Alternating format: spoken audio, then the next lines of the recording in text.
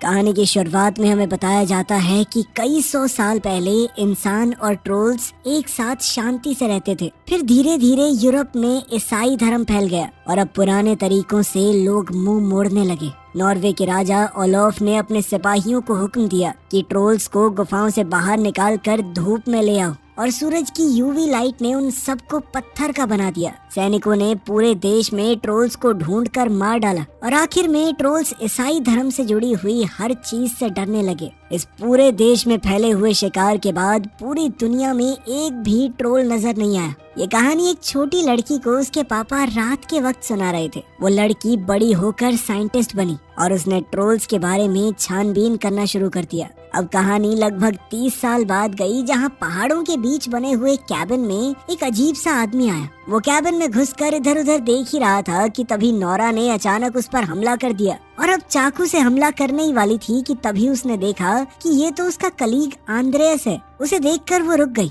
Andres ने देखा कि टेबल पर बहुत सारी पुरानी किताबें रखी हैं। उसने पूछा कि नोरा किस चीज पर रिसर्च कर रही है, लेकिन नोरा ने कुछ भी बताने से मना कर दिया। आंद्रेस उससे मदद मांगने आया है क्योंकि 3 साल पहले नोरा के दिमाग की वजह से ही आर्मी एक बहुत बड़े ट्रोल को पहाड़ों में ढूंढकर हरा पाई थी। नोरा देश के ट्रोल कमीशन का भी हिस्सा थी, पर जब उसे लगा कि नई सरकार भी पिछली जितनी ही करप्ट है तो उसने नौकरी छोड़ दी। नोरा की चीजों में आंद्रेस को अपनी लिखी हुई एक किताब भी मिली। नोरा ने उसका शुक्रिया अदा किया क्योंकि उसने ये किताब नोरा के पापा को डेडिकेट की थी, जो पिछले ट्रोल हमले में मर गए थे। आंद्रेस ने कहा कि एक बार मेरे साथ चलो, मैं तुम्हें ऐसी चीज दिखाऊंगा कि तुम बौखला जाओगी। ये सुनकर नोरा साथ चलने को तैयार हो गई। हेलीकॉप्टर के सफर में आंद्रेस ने नोरा से एक कॉन्ट्रैक्ट पर साइन करवाए कि जो भी वो अब देखेगी किसी को बता नहीं सकती। नोरा ने साइन में अपना नाम लिखने की बजाय कुछ भी आलतू फालतू लिख दिया। जल्द ही वो लोग एक पावर स्टेशन में पहुंचे और वहां पर प्रोफेसर मोलर और वैंजल से मिले, जो पिछले ट्रोल केस में भी उनके साथ थे। प्रोफेसर नोरा को एक सीक्रेट टनल में ले गए। उन्होंने बताया कि सालों पहले हमारे हाथ एक ट्रोल लगा था। उस ट्रोल का नाम यूटून रखा गया। नोरा की आंखों के सामने वो खड़ा हुआ था। उसके ऊपर लैब में कई साइंटिस्ट रिसर्च कर रहे थे और सुरक्षा के लिए वहाँ पर यूवी लाइट्स लगाई गई थी। फिर प्रोजेक्ट लीडर मैरियन वहाँ पर आई और उसने कहा कि मैं नहीं चाहती थी कि तुम इस सब में दोबारा फंस जाओ नोरा, लेकिन उनके प्रोजेक्ट में अब कोई भी तरक्की नहीं हो रही थी और सरकार जल्द ही इसे बंद करने वाली है, इसीलिए उन्होंने नोरा को बुलाया। मैरियन ने बताया कि ट्रोल इस वक्त हाइबरनेशन में है, एक तरह की लंबी नींद, बस उसके दिल की धड़कन चल रही है। इस ट्रोल के डीएनए को जांचने के बाद पता चला कि इंसानों से ज्यादा उनका डीएनए पेड़ पौधों से मिलता है। कुछ देर बाद आंद्रेस ने नोरा को सिगरेट से मिलवाया, जो पिछले ट्रोल हमले में उनके साथ थी। बाद में आंद्रेस और उसने शादी कर ली और सिगरेट अब प्रेग्नेंट भी है। उस कमरे में ट्रोल्स पर लिखी हुई सभी किताबें मौजूद थी। इसमें राजा का वो आदेश भी शामिल था जिसमें उसने ट्रोल्स को मारने का हुक्म दिया था। इस कागज का एक हिस्सा गायब है, पर ऐसा साफ लग रहा था कि कानून के हिसाब से ट्रोल्स को देश से निकाल दिया गया था। सब लोगों को लग रहा था कि नॉर्वे में जरूर बहुत सारे ट्रोल्स छुपकर जिंदा हैं, इसीलिए उन्हें नोरा की मदद चाहिए होगी। तभी नोरा ने कहा कि वो बाथरूम जा रही है, पर असल में वो छुपकर यूटून वाले कमरे में चली गई। वो जल्दी से लिफ्ट पर चढ़ी और सबसे ऊपर पहुंची। उसने ट्रोल की नाक को हल्के से छुआ और एक गाना गुनगुनाने लगी। पहले तो कुछ भी नहीं हुआ, लेकिन अचानक से कंप्यूटर में दिल की धड़कन बदलने लगी। जैसे ही नोरा लिफ्ट से जाने लगी, यूटून जाग गया और उसकी तरफ देखा। बाकी सब लोग भी दौड़कर कमरे में आ गए। ट्रोल के हाथों को बहुत सारी चेनों से बांधा गया था, जिन्हें अब वो तोड़ने लगा। मोलर ने गार्ड्स को यूवी लाइट्स ऑन करने का ऑर्डर दिया, लेकिन मैरियन उस ट्रोल को मरने नहीं देना चाहती थी। उसने कंट्रोल्स के ऊपर जानबूझकर कॉफी गिरा दी। मशीन में स्पार्क हुआ और यूवी लाइट बंद हो गई। ट्रोल ने चेन तोड़ दी और बिल्डिंग में तेजी से आगे बढ़ने लगा। फिर उसने एक हमला करके एलिवेटर में जा रही नोरा को दूर फेंक दिया। वो अंदर गिरी जरूर, लेकिन उसकी जान बच गई। आंद्रेस ने आखिरी पल में एलिवेटर का दरवाजा खोलकर उसे बाहर निकाला। मोलर को एक ट्रोल सैंपल मिला, जिसे उठाकर वो वहाँ से भाग गया। यूटून ने अब गुस्से में पूरी लैब में तोड़ फोड़ मचा दी। साथ ही वेंजल उसके पैर के नीचे आकर मर गया। बाकी बचे लोग जल्दी से इमरजेंसी एग्जिट की तरफ भागे। बाहर जाते ही ट्रोल ने बिल्डिंग तोड़ दी और कुछ पल के लिए उनकी तरफ देखा, फिर वो जंगल की तरफ चला गया। जल्द ही एक हेलीकॉप्टर टीम को एयरफोर्स बेस में ले गया, जहां उन्हें अपना पुराना दोस्त क्रिस मिला। अब वो मेजर बन चुका है। मीटिंग रूम में नोरा और मैरियन यूटून के मामले में लड़ने लगे कि यूटून को बेहतर तरीके से रोका जा सकता था। तभी प्राइम मिनिस्टर ब्रिंचमैन वहाँ पर आया। उसने कहा कि मुझे तो हमेशा से ये प्रोजेक्ट बहुत खतरनाक लगता था। मैरियन और रिसर्च करने के लिए उस ट्रोल को दोबारा से पकड़ना चाहती है, लेकिन नोरा ने कहा कि इतने खतरनाक जीवों को कंट्रोल नहीं किया जा सकता। प्राइम मिनिस्टर ने कहा कि मेरे लिए लोगों की सिक्योरिटी सबसे पहले है। उसने कहा कि लोगों को बचाए रखने के लिए आर्मी उस ट्रोल को मार देगी। इस पर नोरा को बहुत गुस्सा आया, क्योंकि पिछली बार भी उन्होंने एक बेकसूर ट्रोल को मार दिया था। इस पर पीएम ने कहा कि मेरा भाई पिछले हमले में मारा गया था, वो ट्रोल निर्दोष नहीं था और पिछली गलती मैं दोहराऊंगा नहीं। मीटिंग के बाद आंद्रियस ने देखा कि नोरा के हाथ में एक ट्रोल स्टोन का टुकड़ा है, जो कि 3 साल पहले हमला करने वाले ट्रोल का एक हिस्सा है। नोरा इसे अपनी गलती के तौर पर पास रखती है। इस पर आंद्रियस ने कहा कि गलती किसी से भी हो सकती है, मैंने भी की थी, लेकिन गलतियों से सीख कर ही हम बेहतर बनते हैं। नोरा को आंद्रियस की बात अच्छी लगी। वो उसे खींचकर क्रिस के वॉर रूम में ले गई। क्रिस ने मीटिंग में अटैक करने का प्लान बनाया कि कैसे वो ट्रोल पर हमला करेंगे। नोरा ने कहा कि मैं भी उस मिशन पर चलूंगी, लेकिन क्रिस ने मना कर दिया। पर जब नोरा ने याद दिलाया कि मेरे पिता पिछले ट्रोल हमले में मारे गए थे, मैं उनके लिए जाना चाहती हूँ, तो क्रिस थोड़ा इमोशनल होकर मान गया। मैरियन भी हेलीकॉप्टर में उनके साथ गई। आर्मी ने चॉपर्स के ऊपर यूवी लाइट्स लगाई थी ताकि वो ट्रोल को खत्म कर सके। तभी हम एक स्की रिजॉर्ट को देखते हैं, जहाँ लोग डांस और दारू पार्टी में बिजी थे। अचानक से जमीन हिलने लगी, डिस्को बॉल नीचे गिर गया। लोग हंस रहे थे, वीडियोस बना रहे थे, लेकिन तभी यूटून ने छत तोड़ दी और वहाँ से अंदर झांका। उसकी गरज से लोग बहुत ज्यादा डर गए और भगदड़ मच गई। नीचे गिरकर कई लोग जख्मी होने लगे। अचानक से बिल्डिंग टूटने लगी। ट्रोल ने हाथ अंदर डालकर लोगों को पकड़ पकड़ कर खा लिया। जल्द ही वहाँ पर हेलीकॉप्टर्स आ गए और यूवी लाइट्स चलाई। यूवी लाइट से ट्रोल के शरीर पर जलने के निशान पड़ने लगे। 2 बार हमले कामयाब हुए, पर फिर यूटून ने एक बड़ा सा इलेक्ट्रिक पोल उछालकर हेलीकॉप्टर पर पटक दिया। क्रिस ने रेडियो से अपने साथी पायलट का हाल जानना चाहा। पायलट ने मरने से पहले कहा कि सर, मुझे गर्व है आपके साथ काम करने का। और फिर अगले ही पल उसका हेलीकॉप्टर क्रैश हो गया। उसमें मौजूद सब लोग मर गए। क्रिस का एक बहुत ही अजीज दोस्त मारा गया था। वो गुस्से में ट्रोल पर सीधा हमला करने गया, लेकिन उसका हेलीकॉप्टर भी पूरी तरह ठीक नहीं था। नोरा ने उसे मना किया कि ये बेवकूफी ना करे। क्रिस अपने दुश्मन को घूरता रहा और यूटून वहाँ से चला गया। इसके बाद क्रिस क्रैश साइट पर गया और अपने दोस्त के लिए कुछ शब्द कहे।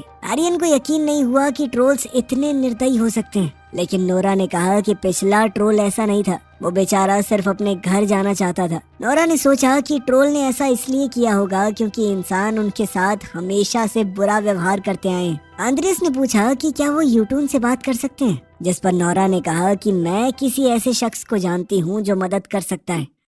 इसके बाद हम एक आदमी को देखते हैं जिसका घर पिछले हमले में टूट गया था। उसने आखिरकार अपने घर को पूरी तरह से ठीक कर लिया था। अचानक टेबल हिला और उसका कुत्ता जोर जोर से भौंकने लगा। थोड़ी देर में यूटून वहां आया और घर पर पैर रखकर उसे फिर से तोड़ दिया। उधर नोरा और उसके दोस्त एक रेस्ट्रिक्टेड मिलिट्री एरिया में पहुंच गए। एक टूटी हुई फेंस का इस्तेमाल करके वो अंदर गए। जल्द ही वो एक गुफा में पहुंचे, जहां आंद्रियस ने दीवार पर कुछ चिपचिपा सा देखा। नोरा ने बताया कि ये एक जाल था। इसका इस्तेमाल ट्रोल किंग को मारने के लिए किया गया था। इंसानों ने उसके बच्चे को उठा लिया और यहीं पर छुपा दिया ताकि ट्रोल किंग नीचे गिरे और मर जाए। गुफा की दीवारों पर क्रिश्चियन सिंबल बनाए गए थे ताकि ज्यादा नुकसान हो। नोरा ने बताया कि ट्रोल किंग इस जाल से बच गया था। यह वही ट्रोल था जिससे उन्होंने 3 साल पहले लड़ाई की थी। जब वो सभी उस बहुत बड़े खड्डे के पास पहुंचे तो नोरा ने ट्रोल किंग के स्टोन को जमीन पर टैप किया। उसने सबसे कहा कि चौंकना मत। तभी एक ट्रोल उनके सामने आया। नोरा ने बताया कि यही ट्रोल किंग का असली बच्चा है, जिसे यहाँ पर उसे फंसाने के लिए लाया गया था। खैर, वो पिछले 3 सालों में कई बार इस गुफा में आई थी ताकि ट्रोल उसे पहचान सके, उस पर भरोसा करने लगे। उसने ट्रोल को उसके पिता का पत्थर दिया। ट्रोल ने उसे सूंघा और नोरा ने प्यार से उसकी नाक छुई। जब नोरा गुनगुना रही थी तो ट्रोल ने भी खुशी भरी आवाजें निकाली। ये सब देखकर आंद्रियस चौंक गया, लेकिन नोरा ने उसे भी ये सब कुछ करना सिखाया। आंद्रियस ने नाक छुई और थोड़ा गुनगुनाया और ट्रोल भी उसे देखकर खुशी लग रहा था। अब उस बच्चे का कोई नाम नहीं था तो नोरा ने उसका नाम ब्यूटीफुल रखा। फिर बात सीरियस हुई और नोरा ने उससे मदद मांगी। बाद में बाहर जाकर नोरा ने यूटून को आते देखा और तभी हवा में फ्लेयर गन चला दी। ब्यूटीफुल अचानक से बर्फ के नीचे से उठा और दोनों ट्रोल्स एक दूसरे पर गुर्राने लगे। आंद्रियस हमला करना चाहता था लेकिन मैरियन ने उसे रोक दिया। जैसे ही ब्यूटीफुल दहाड़ा, यूटून ने जोर से जमीन पर पैर पटका और बर्फ टूट गई। नोरा पूरी ताकत से बचकर भागी लेकिन गिर पड़ी और क्रिस ने उसे उठाया, लेकिन ब्यूटीफुल समय रहते भाग नहीं पाया और बर्फ टूटने की वजह से वो बेहद ठंडे पानी में चला गया। कुछ सेकंडों तक वो ऊपर रहने की कोशिश करता रहा लेकिन आखिरकार डूब गया। उसके बाद यूटून ग्रुप की तरफ बढ़ा, इसीलिए सब हेलीकॉप्टर की तरफ भागे। जब हेलीकॉप्टर ने उड़ान भरी तो यूटून ने उन्हें गिराने की कोशिश की, लेकिन खुशकिस्मती से वो बचकर भाग गए। अपने दोस्त को यूं मरते हुए देखकर नोरा टूट गई। वो लगातार उस जगह को देखती रही जहाँ पर ब्यूटीफुल डूबा था। बेस पर पहुंचकर नोरा ने मैरियन को बताया कि एक बार मैं ब्यूटीफुल को बाहर लेकर आई थी। उसने कोई तोड़फोड़ नहीं की, वो बस बैठ गया और थोड़ी देर तारे देखता रहा, फिर वापस अपनी गुफा में चला गया जहां उसे सुरक्षित महसूस होता है। अब उन सब ने एक मैप देखा जिसमें यूटून का लिया हुआ रास्ता दिख रहा था। मैरियन ने बताया कि इस रास्ते को पिलग्रिम्स रूट कहते हैं, जो नॉर्थ में निदारोस तक जाता है। नोरा ने अपने नोट्स देखे और अपने पिता की कहानियां याद की। उस समय निदारोस राजा की राजधानी थी और राजा ओलोफ वहां से राज करता था। इसका मतलब था कि यूटून बदला लेना चाहता है। अब वो सब जाकर एस्टर नाम की एक औरत से मिले, जो नोरा के पिता की एक पुरानी दोस्त थी। एस्टर ने उन्हें निदारोस कैथीड्रल दिखाया, जो साल 1010 से 1300 के बीच में बना था और बाद में इसे हार्ट ऑफ नॉर्वे का नाम दे दिया गया। इसे उस समय का एक तरह का चर्च का हेडक्वार्टर समझ सकते हैं। चर्च के अंदर जाते वक्त क्रिस ने अपने हथियार बाहर छोड़ दिए। नोरा ने बताया कि वो राजा ओलोफ की कब्र देखना चाहती है। इसके लिए एस्टर उन्हें एक अंडरग्राउंड टनल में ले गई। एस्टर ने कहा कि मैं हमेशा से सोचती हूँ कि चर्च ने राजा ओलोफ को क्यों मरवाया होगा, जबकि वो तो उनके लिए इतना जरूरी था। शायद उनके बीच में किसी बात पर झगड़ा हुआ होगा। जल्द ही वो एक खाली कमरे में पहुंचे। एस्टर ने बताया कि लोग सालों से कब्र को ढूंढ रहे हैं लेकिन कुछ नहीं मिला। मैरियन ने दीवार पर वही निशान देखा जो गुफा में था। ये देखकर उन लोगों ने वहाँ पर छानबीन शुरू कर दी। उन्हें दीवार पर ओलोफ की एक पेंटिंग मिली। जब आंद्रियस ने उसे छुआ तो एक छोटा सा टुकड़ा गिरा और ओलोफ के पेट में एक छेद दिखाई दिया। एस्टर को याद आया कि मरने से पहले आखिरी लड़ाई में ओलोफ के पेट, टांग और गर्दन में चोट लगी थी। उसने उन जगहों को छुआ तो दीवार के टुकड़े गिरने लगे जहाँ छेद बने हुए थे। नोरा ने उन सभी होल्स के अंदर टॉर्चेस डाली और उन्हें घुमाना शुरू कर दिया। दीवार के अंदर से कुछ हिलने की आवाजें आने लगी। जब तीनों टॉर्चेस पूरी तरह घूम गई तो एक दरवाजा खुला, जिसे आंद्रेस ने पूरा खोल दिया। सब लोग अंदर गए और पानी के बीच में राजा का मकबरा देखा। नोरा कब्र को खोलना चाहती थी, लेकिन एस्टर ने कहा कि ऐसा करना राजा का अपमान होगा। लेकिन नोरा ने कहा कि इस सबसे फर्क नहीं पड़ता, अभी इमरजेंसी है। उन दोनों ने मिलकर वो भारी भरकम ढक्कन हटाया। अंदर ओलोफ का कंकाल पड़ा था, जिसके हाथ में एक सिल्वर तलवार थी। तलवार में जंग तो नहीं लगा था, लेकिन चांदी की होने की वजह से वो लड़ाई में काम तो नहीं आती होगी। ओलोफ की जेब में उसके दिए हुए ऑर्डर का बचा हुआ टुकड़ा मिला। सब लोग बाहर निकले और उस पेपर की फोटो सिग्रिड को भेजी। इंस्टीट्यूट में सिग्रिड ने उसे दूसरे हिस्से के साथ जोड़ दिया। अब जाकर वो पूरा ऑर्डर पढ़ पाए। पता चला कि ओलोफ तो ट्रोल्स को देश से निकालने के खिलाफ था। चर्च ने उसे मार दिया ताकि वो ट्रोल्स को मारने का काम जारी रख सके, जिसका मतलब था कि यूटून ओलोफ से बदला नहीं चाहता, वो पूरी इंसानी प्रजाति से बदला चाहता है। इसी बीच स्की रिजॉर्ट पर अटैक और उस आदमी का घर टूटने के वीडियोस वायरल होने लगे। अब इस ट्रोल की वीडियोस दुनिया भर के मीडिया पर चल रही थी। दूसरे देशों की गवर्नमेंट्स भी घबराने लगी। सब लोग कह रहे थे कि इस तरह के जीवों को जीने नहीं देना चाहिए, ये इंसानों के लिए खतरा है। इसी बीच प्राइम मिनिस्टर ब्रेंचमैन प्रेस कॉन्फ्रेंस के लिए आया और उसने कहा कि पिलग्रिम्स रूट पर रहने वाले सब लोग प्लीज अपना घर खाली कर दो। लेकिन जब रिपोर्टर्स ने पूछा कि लोगों को हटाना तो कोई समाधान नहीं है, आपका प्लान क्या है, इस पर पीएम कोई जवाब नहीं दे पाया। उधर क्रिस को बेस पर वापस बुलाया गया, लेकिन उसने मैसेज को इग्नोर करके अपने दोस्तों का साथ देने का फैसला किया। उन लोगों ने सोचा कि ओलोफ ट्रोल्स से लड़ने के लिए क्या इस्तेमाल करता होगा, क्योंकि चांदी तो इतनी ताकतवर होती नहीं है। तभी नोरा के दिमाग में एक आइडिया आया। उसने एक चाकू को पवित्र पानी में डुबोया और फिर ट्रोल किंग के पत्थर को छुआ। छूते ही पत्थर 2 टुकड़ों में टूट गया। इससे पता चला कि ट्रोल्स पवित्र पानी के सामने कमजोर पड़ जाते हैं।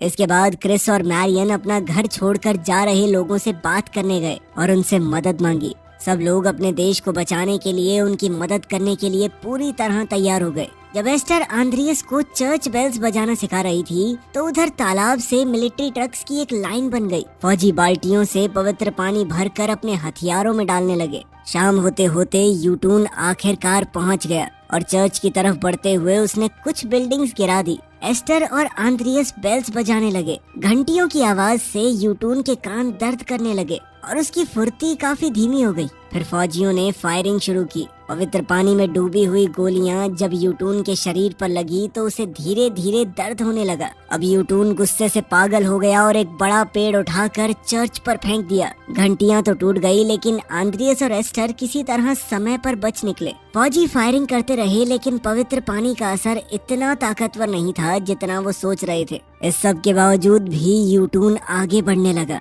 अब क्रिस ने जमीन पर लगाए हुए काफी सारे बम एक साथ फोड़ दिए। इस बार ट्रोल को काफी नुकसान पहुंचा लेकिन वो अभी भी जिंदा था। सभी लोग वहां से भागने लगे क्योंकि यूटून उनकी तरफ ही आ रहा था। तभी एक जोरदार दहाड़ सुनाई दी और यूटून रुक गया। सब हैरान रह गए ये देखकर कि ब्यूटीफुल वापस आ गया था, पूरी तरह लड़ने के लिए तैयार। दोनों ट्रोल्स नदी में उतर गए और जोरदार लड़ाई शुरू हो गई। यूटून ने ब्यूटीफुल को बहुत जबरदस्त मुक्का मारा और फिर उसे ब्रिज पर फेंक दिया। इससे ब्रिज टूट गया और ब्यूटीफुल पानी में गिर गया। नोरा अपने दोस्त को बचाना चाहती थी लेकिन उसे समझ नहीं आ रहा था कि आखिर क्या करे। तभी मैरियन को आइडिया आया कि यूटून का दिल भी तो धड़कता है। उसने सोचा कि दिल तो मुलायम ही होगा, बस बाहर की जो त्वचा है वो ज्यादा सख्त है। उन्हें अंदर से हमला करना चाहिए ताकि पवित्र पानी उसके दिल को नुकसान पहुंचा सके। उनके पास अब सिर्फ एक बम बचा था, इसीलिए उन्हें बहुत होशियार रहना होगा। यूटून गुस्से में नदी में ब्यूटीफुल को पूरी तरह मार रहा था।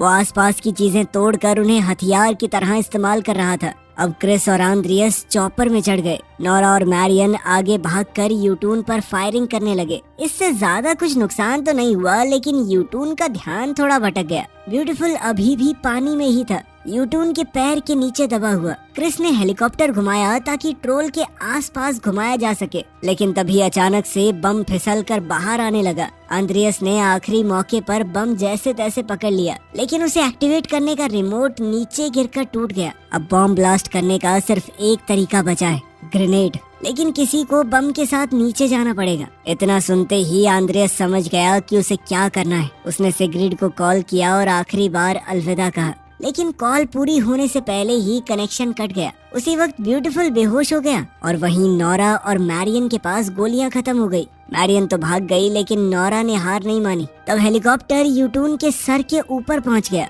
आंद्रियस ने ग्रेनेड और बम के साथ हेलीकॉप्टर से छलांग लगाई। यूटून ने उसे और बम दोनों को निगल लिया। जल्द ही ग्रेनेड फट गया और होली वाटर यूटून के पूरे शरीर में फैल गया। उसकी सख्त चमड़ी भी जलने लगी और दर्द से वो बहुत कमजोर हो गया। इसी मौके का फायदा उठाकर ब्यूटीफुल उठ खड़ा हुआ। उसने पूरा जोर लगाकर यूटून के सीने में हाथ डाला और उसका दिल निकाल लिया। दिल निकलते ही यूटून का शरीर नदी में गिर पड़ा और धीरे धीरे खत्म हो गया। कुछ समय बाद चर्च को ठीक करने का काम शुरू हो गया। एस्टर ने एक एग्जीबिशन ओपन किया जहां ओलोफ की असली कहानी दुनिया को बताई गई। सिग्रिड ने एक प्यारे से बच्चे को जन्म दिया और क्रिस उसके साथ खूब खेलता। ब्यूटीफुल को देश की रक्षा करने के लिए पहाड़ों में खुलेआम रहने की इजाजत मिल गई। वो अक्सर नोरा से मिलने उसके कैबिन के पास भी आता।